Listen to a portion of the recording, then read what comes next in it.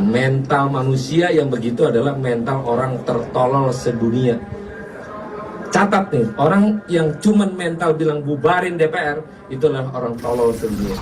Ini lagi si Syahrini, ngapain juga ngomong kayak gitu? Syahrini, lu bilang tolol. Kemarin ada yang nyangga, ada yang klarifikasi, malah si paling artis ini lagi nambah bilang tolol, malah nantangin lagi, nggak berkaca sama si bupati kemarin tuh ya, digeruduk sama warga. Aduh, pakai bilang adat istiadat lah. Lah kemarin lu pada joget itu udah beradab kah? Udah beradat istiadat kah? Tolol, bilang tolol mah kita, lu pada yang tolol, bego. Aduh, orang paling tolol pokoknya kalau 2029 masih milih DPR. Pokoknya kalau ada caleg-caleg DPR semuanya golput masyarakat. Karena sarang mafia koruptor ya di DPR memang pantas dibubarkan. Apa yang katanya Rocky Gerung, apa yang katanya mantan presiden Pak Gus Dur, memang harus dibubarkan itu. DPR, MPR itu tidak sama sekali mewakili masyarakat. Isinya cuma tikus kantor. Aduh, kurang apa dengan gajinya? Contoh, Noel, kurang apa gajimu, cok? Gaji udah besar masih aja koruptor. Terus dia bilang koruptor dihukum mati. Coba nih, hukum mati nih Pak Prabowo nih. Koruptor tuh harus jelas hukumannya, hukum mati ataupun perampasan aset. Ada. Coba komen nih, komen serentak nih. Koruptor tuh harus hukum mati sama perampasan aset, jelas ada kejelasan hukumnya. Jangan nanti tiba-tiba udah ditangkap dibebasin lagi Pak Prabowo. Aduh. Reshuffle Pak Prabowo menterinya. Aduh. Seruan bubarkan DPR Konoha. Yang setuju komen. Ada orang yang nggak tolol tapi takut dibubarin oleh orang-orang tolol. Kalau nggak takut bilang dong bubarin aja gitu loh. Karena kalau cuma ngeritik patung itu ya, ngeritik. Kalau kata Gus Dur, taman kanak-kanak. DPR itu seperti taman kanak-kanak. Ya mereka nggak akan ngerasa kalau dikritik. Mereka asik dengan dunianya.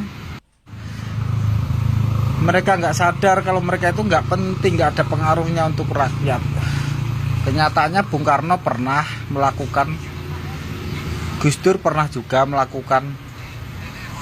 Tapi karena di situ tikusnya terlalu banyak, ya kalah Gus Dur. Gitu ya. Kalau gitu aku teringat seseorang jadinya. Rocky Gerung. Nah, Rocky Gerung pernah bilang nih di wawancara kan, kalau Rocky Gerung jadi presiden dia bakal mau membubarkan DPR. Berarti Rocky Gerung, hah? Nggak ikut-ikut aku ya, nggak ikut-ikut. Berarti Rocky Gerung itu ya kan. Kasih lu tanggapannya Rocky Gerung, tag Rocky Gerung. Apakah begini bahasa anggota DPR RI yang tidak tolol? Menurut saya, anggota DPR RI yang benci, yang marah dengan bahasa bubarkan DPR adalah DPR tertolol sedunia. Syahrini menyebut kita ini orang tolol sedunia jika menginginkan minta DPR dibubarkan. Ini tantangan buat rakyat Indonesia. Ini kita ditantang oleh Syahrini, seluruh rakyat Indonesia. Jangan bikin malu. Mulut Syahrini ini harus diladeni. Beneran. Itu mulut suara yang memuakkan, menjijikkan bagi wakil rakyat. Kita harus meladeni tantangan Sahroni. Malu kita disebut tolol. Siapa yang tolol sebenarnya? Iya deh, gua mah tolol. Iya kagak ape-ape lah gua disebut tolol, apalagi disebutnya paling tolol sedunia. Ya udah kagak ape-ape, kagak masalah.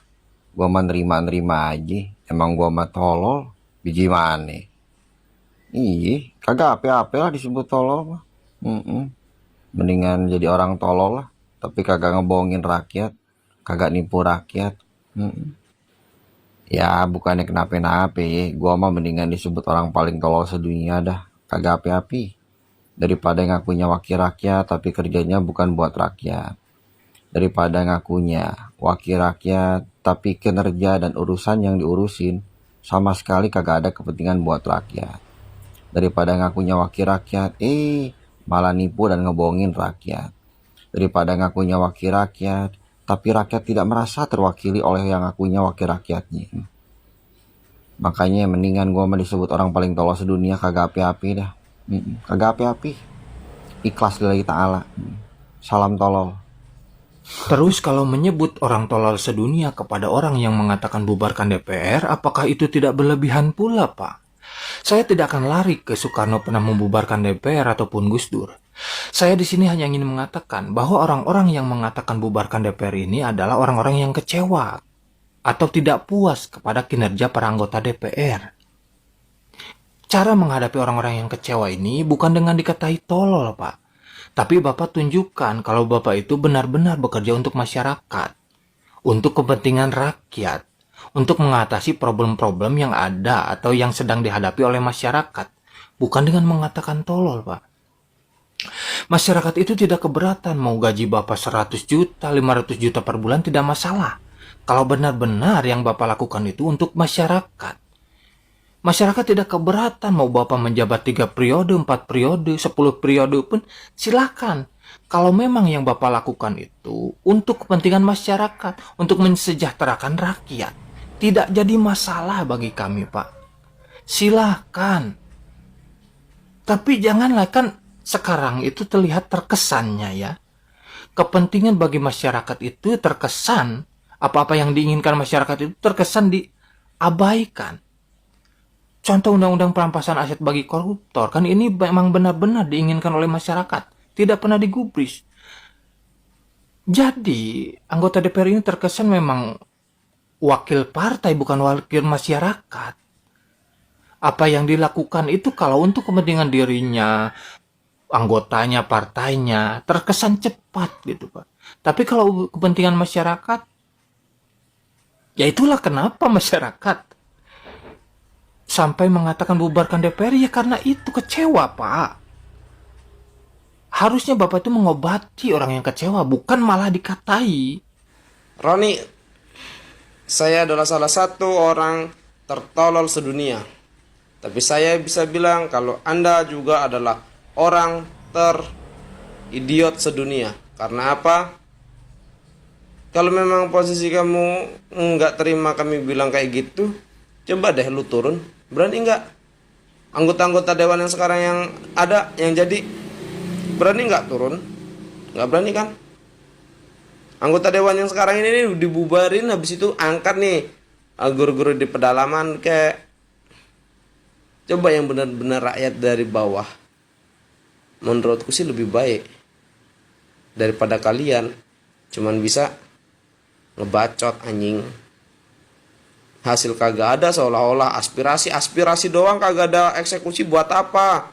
Ngabis-ngabisin duit, udah pajak kagak bayar, kocak. Wih, jadi fungsinya DPR itu apa? Apa sebenarnya fungsi DPR itu?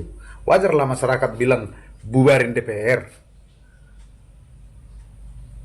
Gak senang kau dibilang kayak gitu, bubarin DPR. Memang nyatanya kok gak ada fungsinya DPR itu. Sok belaga kali kau ngomongnya. Gak perlu kau ajari rakyat, rakyatnya sudah pintar semua. Ya, Kalau memang betulnya ada fungsinya DPR itu, turunlah kalian ke lapangan, turun ke bawah, tengok apa yang terjadi di bawah itu. Yang tanah masyarakat lah yang kena gusur lah.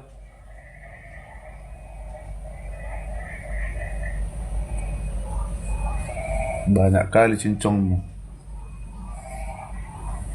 Kalau kami, masyarakat kecil ini, macam tak adanya sebenarnya DPR itu sama kami sekarang. Dengan realitanya, memang seperti itu.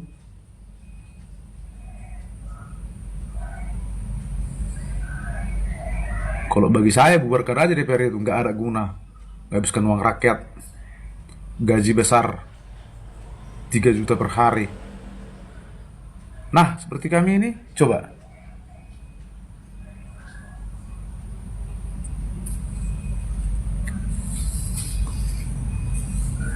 Udah lapangan pekerjaan nggak ada. Lu punya gaji besar-besar lagi. Joget-joget. Masalah rakyat bukan yang bisa kalian urus. Banyak kali cincongmu. Sekian, terima kasih.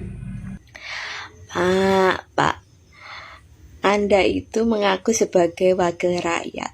Saya tuh sudah pernah audiensi dengan DPR dulu waktu di perantauan. Gimana caranya menuntut untuk menyejahterakan rakyat dari sisi honor, karena pada saat itu adalah bagaimana honorium seorang pengajar atau seorang pelatih seni di tahun 2019 kita berjuang, yang ada apa? Audiensinya justru tidak membuahkan hasil apa-apa. Bahkan teman-teman sekarang yang saya sudah pindah di lain tempat, bahkan saya harus kembali ke kampung karena keadaan COVID-19 itu yang membuat saya harus pulang. Dan teman saya yang masih di perantauan itu mereka menanyakan kejelasan ketika dulu kita pernah berjuang bersama-sama untuk audiensi duduk bersama di DPRD.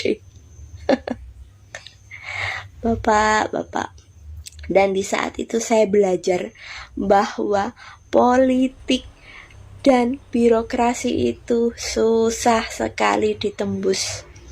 Banyak oknum ataupun politikus yang hanya angkat tangan. Jadi kita mengadu dari sisi apapun yang dicari itu malah kita dari kekurangan yang mengadu. Yang mengeluh itu dicari, dikulik-kulik, yang akhirnya bisa dipecah belah dari sisi kekurangan dari yang melapor ataupun yang mengadu. Hati-hati. Saya sudah pernah, Bapak. Saya sudah pernah.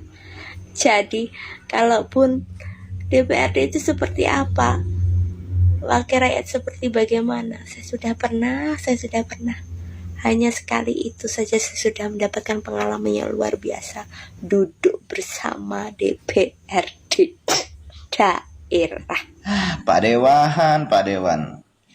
Anda itu terlalu menggunakan kalimat konotasi yang negatif, seolah-olah Anda berdiri sendiri di situ dan paling benar. Itu menurut saya sebagai Dewan Perwakilan Rakyat, sebagai legislator, Anda tidak bisa menggunakan diksi yang pantas untuk dikonsumsi oleh publik. Ya. Sekarang ada isu yang berkembang ataupun menggema ya di masyarakat tentang bubarkan DPR.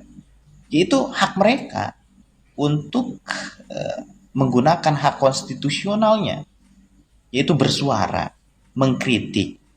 Hak mereka, kenapa kok dibatasi terus dikata-katain? Jadi siapa di sini yang anti kritik gitu loh? Katanya tadi boleh kritik dengan kata-katain apapun gitu ya. Di video fullnya ini mau ngatain apa kek. Kok ada orang ataupun rakyat yang bersuara seperti itu, Anda kata-katain seperti itu. Ya. Terus berarti Selama ini suara kita dibatasi toh. Tidak boleh membatasi. Apalagi Anda sebagai legislator. Fungsi Anda itu menglegislasi. Ya. Itu suara rakyat. Kenapa kok rakyat itu sekarang bersuara ingin membubarkan? PR-nya ada di Anda, di internal parlemen itu sendiri. Berapa banyak hari ini masyarakat disajikan dengan perilaku-perilaku oknum anggota dewan ketika berbicara tentang rakyat di gedung parlementer. Mereka ada yang tidur, main judol, nonton film yang tidak pantas. Itu sebenarnya merepresentasikan siapa? Rakyatkah? Atau pola pikir Anda ya sebagai anggota dewan. Jadi jangan sok keras lah sama rakyat. Ingat, Anda mempunyai tunjangan dan gaji itu dari APBN. APBN itu diambil dari pajak-pajak rakyat. Ya. Ingat itu. Tidak perlu Anda bersuara kata-kata yang menggunakan diksi yang pantas untuk dikonsumsi publik saja Anda tidak bisa. Apalagi membenahi permasalahan rakyat. Bisa apa enggak? Coba jawab pertanyaan saya. Assalamualaikum, izin state ya. Iya, memang anggota DPR ini tidak tahu diri ya. Tidak tahu diri, tidak punya moral dan tidak punya rasa malu. Sudah tahu rakyat itu dalam keadaan marah gitu loh. Marah karena sistem pajak seperti di zaman Belanda. Kami sebagai rakyat itu dijadikan seperti orang bekerja rodi. Kalian goyang-goyang gitu loh. Hah? Jangan bilang kami tolol ya. Kerjaan kalian tuh lebih tolol lagi. Kalian adalah manusia pejabat-pejabat bangsat yang lebih tolol lagi. Kau jangan bilang rakyat tolol. Hah? Kau berlawanan dengan rakyat seluruh Indonesia. Jangan bikin kami marah. Hah? Sekarang aku bilang ketololan pejabat Republik Indonesia adalah ketololan nomor 1. Nomor 1, dengar kau ya. Hah? Orang tolol ya. Minyak adalah penghasilan terbesar di Indonesia ya. Dengan hasilnya sebanyak 2000 ton. Kau ingat 2000 ton per tahun. Dengan 2000 ton dikalkulasikan kau tidak bisa mensejahterakan rakyat Indonesia ini. Karena pekerjaan kalian tuh tolol gitu. Ya kan? PLN. Berapa gajinya PLN tadi, direktur PLN? 19 miliar, Dewi? Hah? PLN merugi 700 triliun. Haha. Pekerjaan tolol kan? Nah, belum lagi emas, belum lagi tambang batu bara, belum lagi kerugian di BUMN. Membengkak angkanya sampai 1000 triliun.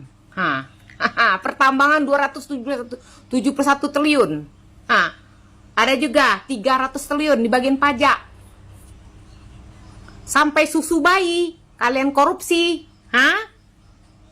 Emas, BPJS, haji, semuanya. Saking tolol dan serakahnya kalian. Karena apa? Kalian tidak memanage gitu. Kalian nggak punya ini, nggak punya apa istilahnya tuh, nggak punya istilahnya tuh rem gitu. Istilahnya rem gitu loh. Kalau kalian di DPR bekerja, koruptor itu nggak bakal terjadi, Bung. Nggak bakal terjadi. Kenapa saya bilang? Kalau ada orang korupsi 100 triliun dihukum mati, pada takut. Kalian udah dibilang sama Bapak Mahfud, kalian tidak mau mengesahkan RUU perampasan aset dan pemiskinan para koruptor. Karena apa? Kalian semuanya koruptor. Saking tololnya kalian serakah. Kalian sudah tolol tambah serakah. Nah, sudah rugi semuanya. Angka utang negara sampai 9.000 triliun. Kalian mencekik rakyat dengan segala macam pajak. Saking tolol. Kalian bilang kami tolol. Kalian kerja nggak berhasil. Di bidang minyak rugi. Pertambangan rugi, emas rugi, ya kan? Rugi, sawit rugi, semuanya merugi. BUMN apalagi merugi. Kerjaan kalian apa? Karena ketololan. Orang kalau berbisnis itu untung, Bung, nggak rugi. ya kan? Amplop masuk dalam apa namanya itu? Dalam kantong pejabat, ya kan? Nggak punya otak dan nggak punya malu, dibilang orang tolol. Dana aspirasi 450 juta setahun, keluar 8 kali, 450 juta kali 8 berapa, Bung? Jangan tolol kayak pejabat kemarin lagi ngitung kos-kosan. Hah? 3 juta per hari? Hah? Itu tolol itu, rombongan tolol gitu loh. Jadi jangan kamu ya ngelawan rakyat, bilang-bilang masyarakat yang demo itu tolol. Kami menuntut hak kami, kau bilang tolol. Hak kami, kau rampas. Perampok, maling, kau bilang kami tolol. Saking cerdasnya kami melakukan demonstrasi, menuntut hak kami. Hak kami apa? Kau baca Undang-Undang Dasar 1945, jangan kau tolol. Hah? Seluruh kekayaan alam di Indonesia ini, hasil bumi di Indonesia ini untuk kesejahteraan rakyat. Sejahtera nggak kami? Dasar manusia tolol. Mental orang tertolol sedunia. Ya nggak gitu juga Pak bahasanya. Saya juga tahu kalau apa yang dimaksud Pak Sahrul itu, saya juga tahu kemana arahnya. Karena dalam bernegara itu harus balance juga, saya paham gitu. Ya cuman bahasanya nggak gitu Pak. Dan yang keduanya, keinginan masyarakat juga kan beda-beda. Ketika masyarakat pengen dibubarin DPR, pasti ada alasannya tertentu. Itu harusnya udah jadi salah satu ujung tombaknya DPR untuk cepat mengambil keputusan itu keinginannya seperti apa.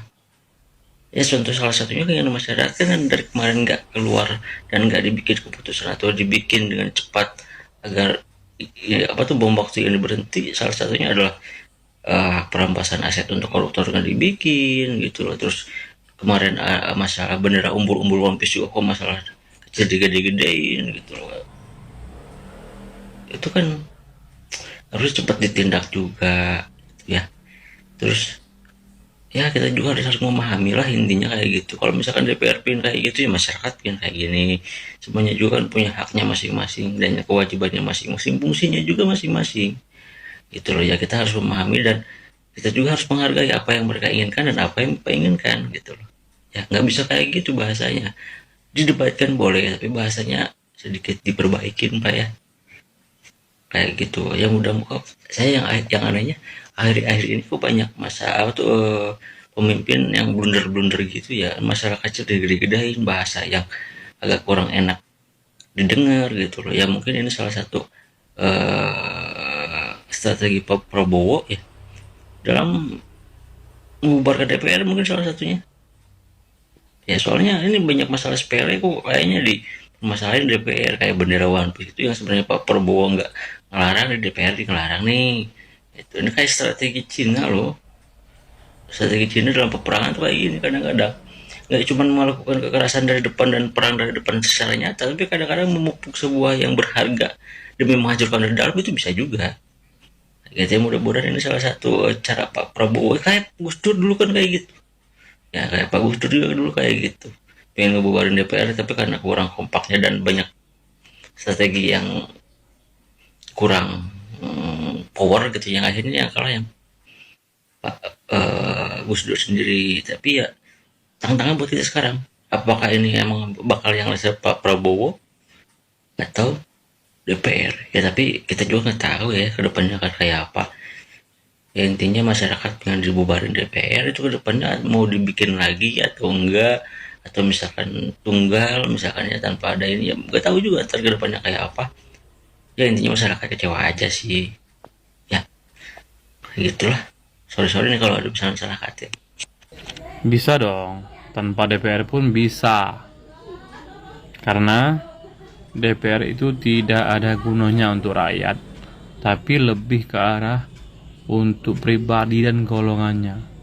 Pajak yang bayar masyarakat, anggota dewan semua yang bersih, pajak hartanya semua dibayari oleh rakyat. Apalagi menolong rakyatnya gimana? Gak ada. Tindak tanduknya gimana? Tidak ada. Hanya mementingkan partai dan golongan saja. Kalau bersuara A, A semua, B semua, dan selalu untung tidak pernah rugi. Kenapa? Sampai detik ini semua orang pengen jadi anggota dewan karena enak dan sangat menyenangkan. Nah itu ya sobat rakyat, saya tuh suka geleng-geleng kepala ya. Kenapa sih masih ada aja orang yang ribet sama Kang Deddy Mulyadi? Padahal kalau kita lihat apa yang dilakukan oleh Kang Deddy Mulyadi selama ini itu selalu menyentuh langsung ke rakyat kecil. Orang yang butuh dibantu ya dibantu, pedagang kecil diperhatiin, petani dirangkul.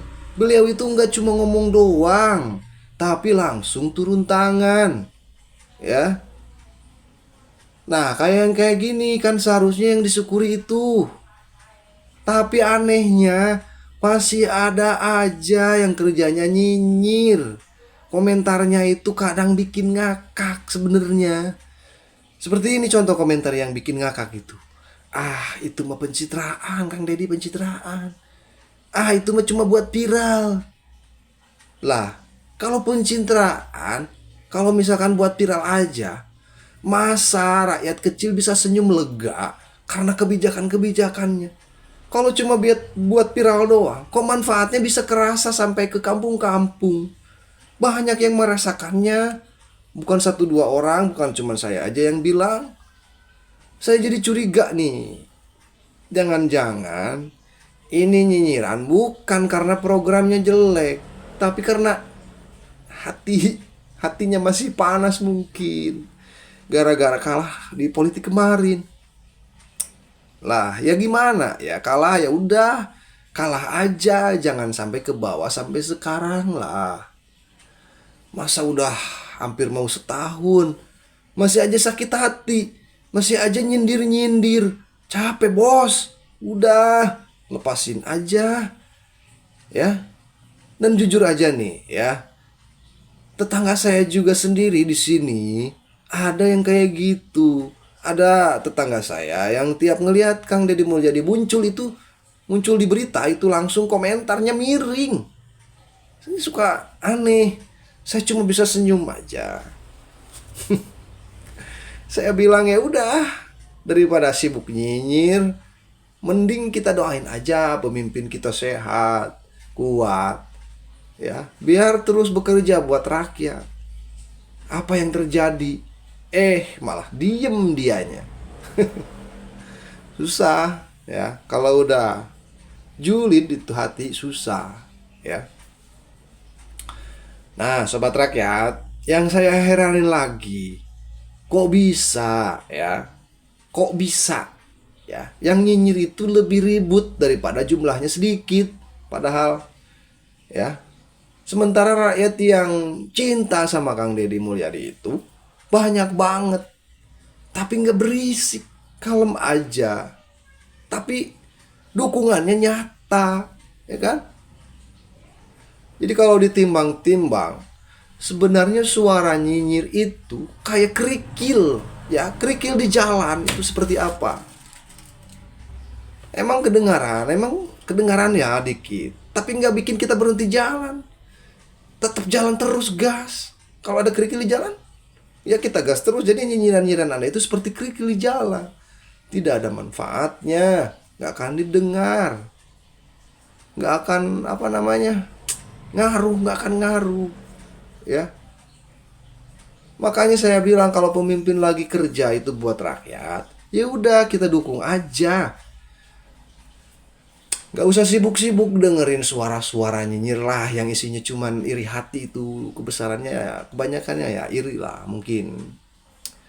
Jadi gitu ya sobat rakyat, intinya sederhana aja ya. Kang Deddy Mulyadi itu lebih banyak yang sayang daripada yang membencinya. Mungkin yang membenci itu banyakannya para elit-elit.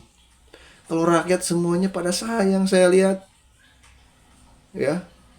Kalau di kampung juga cuman segelintir orang. Ya, itu mungkin karena sudah tidak bisa dibuka lagi hatinya. Ya, nyinyiran boleh kenceng lah, tapi cinta rakyat itu jauh lebih besar loh. Dengar, Dan percaya ya, cinta rakyat itu nggak akan bisa dikalahkan oleh komentar nyinyir yang cuma keluar dari hati yang panas, yang nggak suka sama orang. Itu nggak akan bisa dikalahkan dengan rakyat yang rakyat yang begitu besar cinta terhadap Kang Deddy Mulyadi. Itu ya, terima kasih, mudah-mudahan ada manfaatnya, dan mohon maaf bila ada kata yang salah. Assalamualaikum warahmatullahi wabarakatuh. Salam Sobat Rakyat.